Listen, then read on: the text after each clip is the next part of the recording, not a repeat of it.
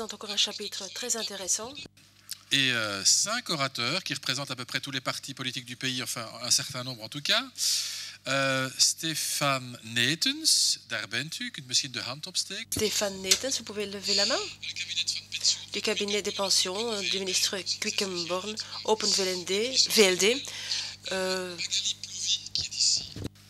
Au milieu, qui elle représente la ministre Uijtenboek, la ministre bruxelloise, ministre Uijtenboek qui s'occupe de l'aide aux personnes et écolo. Isabelle Paul, juste à côté de vous, vous êtes la représentante du cabinet d'Eliane Tillieu, future bourgmestre de Namur, mais en attendant toujours ministre des Affaires sociales en région Wallonne, membre du Parti socialiste, je parle de Madame Tillieu. Vous aussi peut-être d'ailleurs. Hein. Bon, c'est une question indiscrète. Jos Leysen, Jos Leysen, vous représentez Madame Grauwels pour la région de Bruxelles-Capitale. Madame Grauwels est compétente pour l'assistante aux personnes, CDNV, et Walter Brusselaars, membre du cabinet de Jo van Deurzen, également CDNV. Jo van Deurzen est le ministre de la politique des personnes âgées. Donc, vous êtes, je n'arrive pas à le prononcer, vous coordonnez donc la politique de M. Van Deurzen au sein du gouvernement flamand. On commence par vous, M. Brusselaars. L'image des personnes âgées constitue un thème central pendant cette année européenne. Les personnes âgées, donc les aînés, on ne veut pas les traiter comme un problème, mais on veut plutôt mettre l'accent sur leurs possibilités. C'est bien le message que vous avez entendu ce matin? Oui, ce matin, nous avons reçu de très beaux exemples de personnes plus âgées qui prennent la parole, ou des personnes qui sont moins jeunes, disons. Donc, nous sommes maintenant, nous nous trouvons dans cette année européenne. Et donc, on veut se focaliser sur les possibilités des aînés et non pas sur leurs problèmes. Les personnes qui nécessitent de soins peuvent également être actives. Mais il ne faut pas considérer les personnes aînées comme un groupe qui pose problème. Donc, je trouve que c'est une très belle approche. Alors, encore une chose, lorsque nous avons élaboré le plan pour 2012-2014, nous avons été en contact avec pas mal d'organisations d'aînés et nous leur avons demandé quel est le rôle qu'ils veulent jouer à l'avenir. Bon, je ne vais pas tous les parcourir, vous les trouvez dans le communiqué de presse. Mais donc, en fait, il s'agit de ceci. Lorsque nous voulons développer une politique pour les aînés, alors les autorités peuvent jouer un rôle très important. La Flandre peut jouer un rôle important pour les personnes âgées, mais les personnes âgées sont très importantes pour la Flandre également, parce qu'on a vraiment besoin de ces personnes-là pour le bénévolat, etc. Donc, on a besoin de ce groupe pour développer notre société. Et je tenais quand même à le signaler. Vous avez été très clair. Vous êtes sur la liste pour les élections communales? Non? Ce serait pourtant une bonne idée. Non, je suis un expert détaché. Oui, mais bientôt, vous vous trouverez peut-être quand même sur la liste des élections communales, n'est-ce pas? Un phénomène belge hein, qu'on a déjà très souvent signalé. On parle d'une problématique, on est 5 autour de la table. Et encore, les germanophones, malheureusement, s'excusent, ils n'ont pas pu être là. La communauté française ou la Fédération Wallonie-Bruxelles, on ne sait plus comment on dit, aurait pu aussi être là, etc. Donc, ça fait beaucoup de monde. On y arrive. Madame Paul, vous vous rencontrez souvent? Vous connaissez tous ensemble? Oui, bien sûr. Ça ne sert à rien de se voir. Hein. Vous faites peut-être votre truc de votre côté tout à fait bien, je n'en sais rien. Non, pas du tout. Je pense que la communication et la collaboration entre les différents niveaux de pouvoir est importante. D'ailleurs, très concrètement, hier, nous nous sommes rencontrés avec Walter sur la question de la maladie d'Alzheimer et de ce qui est mis en place d'une part en Flandre et d'autre part en Wallonie. Et nous avons convenu de nous revoir et de mettre en place des collaborations. Donc voilà un exemple très concret. À la Fondation Roi-Baudouin. Ah, voilà, comme quoi la Fondation Roi-Baudouin joue un rôle bien sûr, tout à fait. Là aussi important. On l'a déjà d'ailleurs signalé ici. We gaan dus een beetje thema per thema nu behandelen. Nous passons au thème suivant. La participation à la société. On ne va pas traiter tous les thèmes, bien entendu. Et vous aurez tout à l'heure, dans un quart d'heure, l'occasion de poser des questions. Donc, vous les poser tout à l'heure. Le volontariat, quelles sont les initiatives qui sont prises en la matière? Je commence par quelqu'un qui n'a pas encore parlé. Vous, monsieur? Oui, je peux vous parler des centres de services créés ou subventionnés plutôt par nos services. Et le but de ces services, c'est de répondre aux problèmes que rencontrent les personnes âgées en matière de soins. Donc, on leur offre des repas moins chers. Ça coûte combien? 5 €. Et il y a combien de repas chaque jour? Oui, mais de combien de personnes s'agit-il au total? Je ne connais pas le nombre. Nous avons 17 centres de services et le but est d'arriver à 20 centres à Bruxelles. Donc, ce sont des personnes qui viennent manger dans ces centres et qui font autre chose à part manger.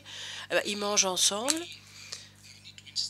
et ceux qui ne peuvent pas se déplacer, on lui apporte le repas à domicile. Mais donc, le but est aussi de stimuler la vie sociale. Donc, ce sont des centres flamands. Oui, tout à fait. Donc, la direction est flamande, mais nous sommes ouverts aux personnes qui parlent une autre langue. Et nous sommes ouverts aussi à accueillir des Bruxellois d'une autre origine. Et quelle est la langue véhiculaire? Le flamand et le bruxellois. Donc, si vous voulez apprendre le flamand ou le bruxellois, eh bien, c'est une occasion à saisir. D'autres initiatives intéressantes du côté, oui, d'une de vous, Isabelle, Magali? Oui, tout à fait. Je voudrais d'abord dire que les aînés font intégralement partie de la société. Donc, il ne s'agit pas de dire qu'ils sont en dehors de la société. Nous essayons de les intégrer. Ça, je pense que c'est un élément important. Alors, en matière de volontariat, aider les aînés au-delà du travail à jouer des rôles actifs dans la société, c'est aussi leur donner les informations sur ce qui est possible de faire. Et ça, c'est un point crucial parce que trouver la bonne information, c'est souvent difficile. Alors, nous venons justement de lancer en Wallonie un appel à projet Ville, commune, région, amis des aînés, où nous suscitons vraiment les autorités locales à développer un réel programme à moyen et long terme en faveur des aînés. Et nous allons leur donner des moyens très concrets pour mener des actions très concrètes également. Et parmi ces actions, nous avons mis un axe sur l'information pour les aînés. Effectivement, qu'ils puissent trouver au sein de leur commune un lieu, un référent aîné qui puisse leur donner les informations, notamment sur ce qui existe en possibilité d'activités de volontaires. Il y a des éco-conseillers, par exemple, pour tout ce qui est l'environnement. Il pourrait y avoir donc des aînés conseillers. Tout à fait, tout à fait. Comme ça. C'est bien la perspective. C'est nouveau. Oui, c'est nouveau. Très bien. L'appel à projet vient d'être lancé et nous attendons les projets des communes pour fin mars. Merci. Bruxelloise, elle devra, quoi, Même question. Oui, en ce qui concerne le volontariat, c'est en effet un objectif très important pour le gouvernement flamand. Une personne âgée sur 6 fait du volontariat. 6 aînés qui est volontaire, on connaît les chiffres en Wallonie, à Bruxelles? Je n'ai pas de chiffres okay. ici pour la Wallonie. J'imagine que c'est à peu près la même chose, je vous en prie. Donc un aîné sur 6. Et en général, ces personnes font plus d'heures par semaine que les jeunes parce que quand on compare donc aux autres tranches d'âge. Et en ce qui concerne le nombre d'heures consacrées à ce volontariat, eh bien, il s'agit de 30 millions d'heures plus ou moins. Et cela correspond aux heures consacrées aux soins et aux titres et services. Donc, en ce qui concerne les aînés, on veut aussi bien gérer ce volontariat. Alors, je ne vais pas tout vous citer, mais ces dernières années, nous avons créé un réseau de points de contact en Flandre. Donc, on en trouve dans toutes les provinces, aussi à Bruxelles, pour soutenir justement le volontariat. Et ça sert à quoi exactement, ce point de soutien, ce point de contact? Eh bien, ils vont soutenir les bonnes pratiques, les méthodes, et ils vont ainsi soutenir les organisations de volontariat pour ainsi améliorer encore la qualité du volontariat et pour attirer de nouveaux volontaires. Et une étude a été menée par les professeurs Verté et De Witte en Flandre occidentale. Et en effet, 1 aîné sur 6 fait du volontariat et il y en a encore 1 sur 6 qui voudrait le faire, mais ne sait pas très bien comment s'y prendre. Et donc, c'est la raison pour laquelle nous avons créé ces points de contact avec les associations culturelles, justement pour attirer ces aînés qui sont intéressés par le volontariat. Et c'est vrai qu'il y en a de plus en plus, le potentiel est énorme. Et puis, je voudrais encore ajouter une chose. Cette année-ci et l'année passée, bon, on peut dire les volontaires sont importants, il y a les points de contact, etc. Mais évidemment, ça coûte de l'argent. Et on a prévu 1 million d'euros seulement déjà pour le soutien de la gestion du volontariat en Flandre. Et donc, il y a aussi l'accueil, etc. Mais il y a les centres de services qui doivent donc travailler avec ces volontaires qui doivent être soutenus. Et je pense que si on veut faire face aux soins dont ont besoin les aînés, eh bien, on ne pourra pas le faire uniquement avec des professionnels. Donc, on a vraiment besoin de ces volontaires pour nous aider. Et tout cela devra être bien géré pour pouvoir offrir les soins nécessaires à la société. Vous habitez où, Monsieur Brusselaars? J'habite à Malines.